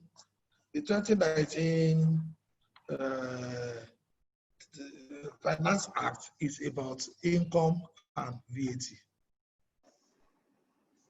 Okay. And so it doesn't mean they are not, it doesn't mean it's wrong for them to pay the... Education tax is 2%, is 2% of assessable profits. Income tax is 30% of taxable profits. And there's a great difference in the amount paid. The education tax is specifically channeled to our tertiary, we don't call it education tax, it's tertiary education fund. It's for tertiary, it's for tertiary institutions like polytechnics, universities, colleges of education. And that fund is directly channeled to those institutions for their capital development and also for the development of the lecturers. This fund is basically used to sponsor lecturers for their PhD and all the grants they receive for their researches, and also for capital projects, which the schools use to construct libraries, classrooms, lecture theaters, and whatnot. Okay. Sorry, Mercy, if I can also come in here, but in terms of small companies, Yeah. if you're adjudged a small company and you are not, you're exempted from corporate income tax, in the same vein, you should be exempted from tertiary education tax. Because what that means is that you do not have accessible profits, which is the base on which tertiary education tax is paid. And in that guide, you're not required to pay tertiary education tax if you're exempted from corporate income tax as a small company. So I am going to agree with Elizabeth and respectfully disagree with Mr. Temitayo, please. The FRS yourselves issued a circular on the 29th of April that clarified that small companies should not pay tertiary education tax. Yeah, because the way... Because specifically the company doesn't have accessible profits, and for companies 35 billion and below, right? Yes, correct. Yeah, correct. Yeah. So the circular was the one on the sundry provisions relating to company income tax. Because indeed it was a debate prior to the clarifications that were issued. So I see where the panelist is coming from. There was a certain level of uncertainty with regards to that, but it had always been the view that to the extent that the company is a small company and doesn't have accessible profits, then it wouldn't have an obligation for tertiary education tax, and rightfully the FRS clarified that in that circular. Yeah. All right. Thank you very much. I think we've come to the end of this session. Do we have any final words before we wrap up?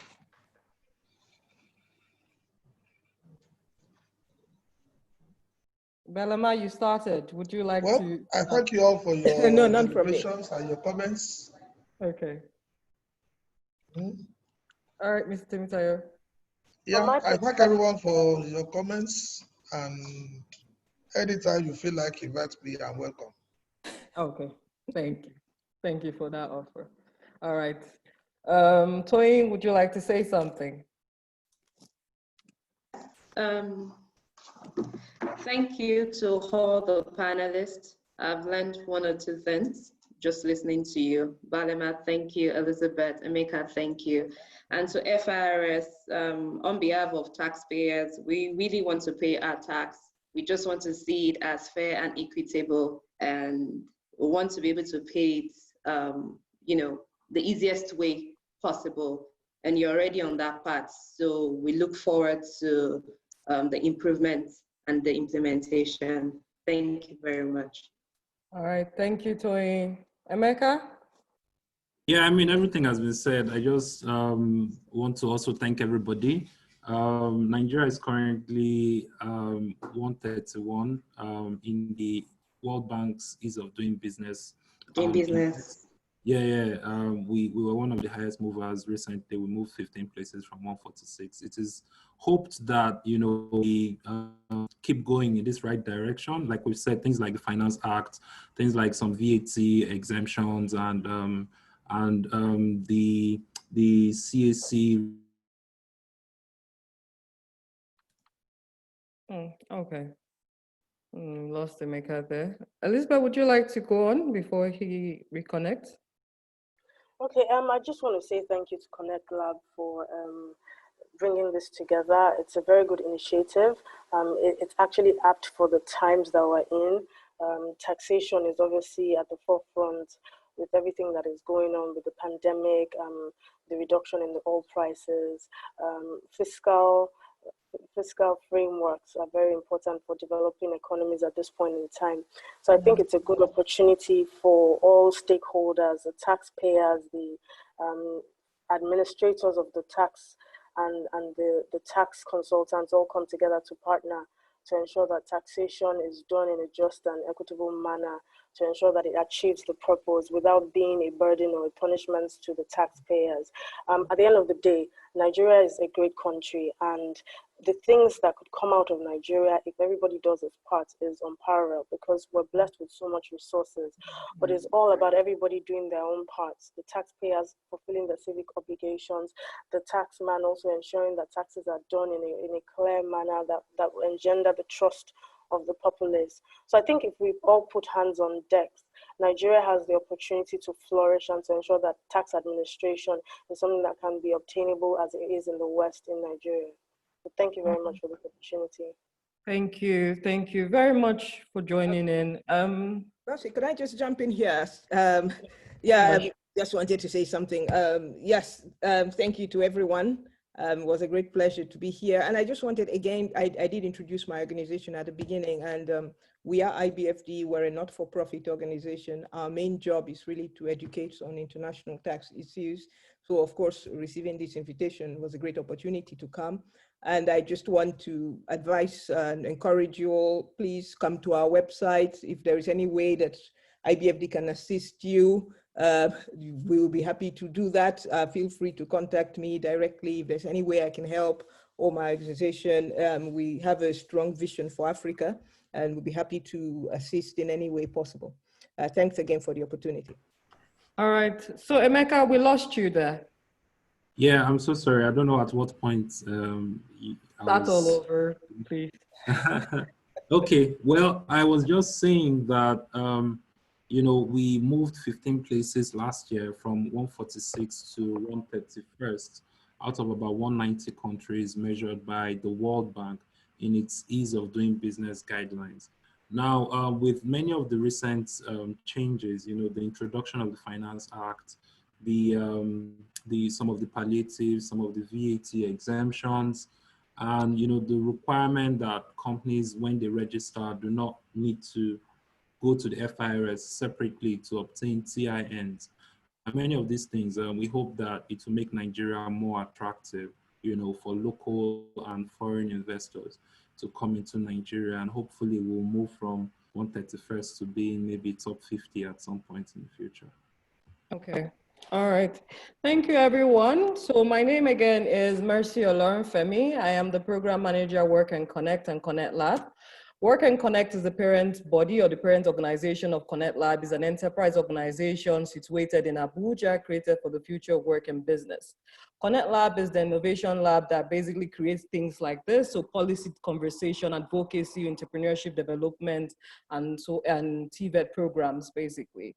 If you have questions, concerns about our services, please send me a mail. We're always open to discussing with you and partnering with you on different programs and projects that has to do with developing entrepreneurship in Nigeria and sub-Saharan Africa.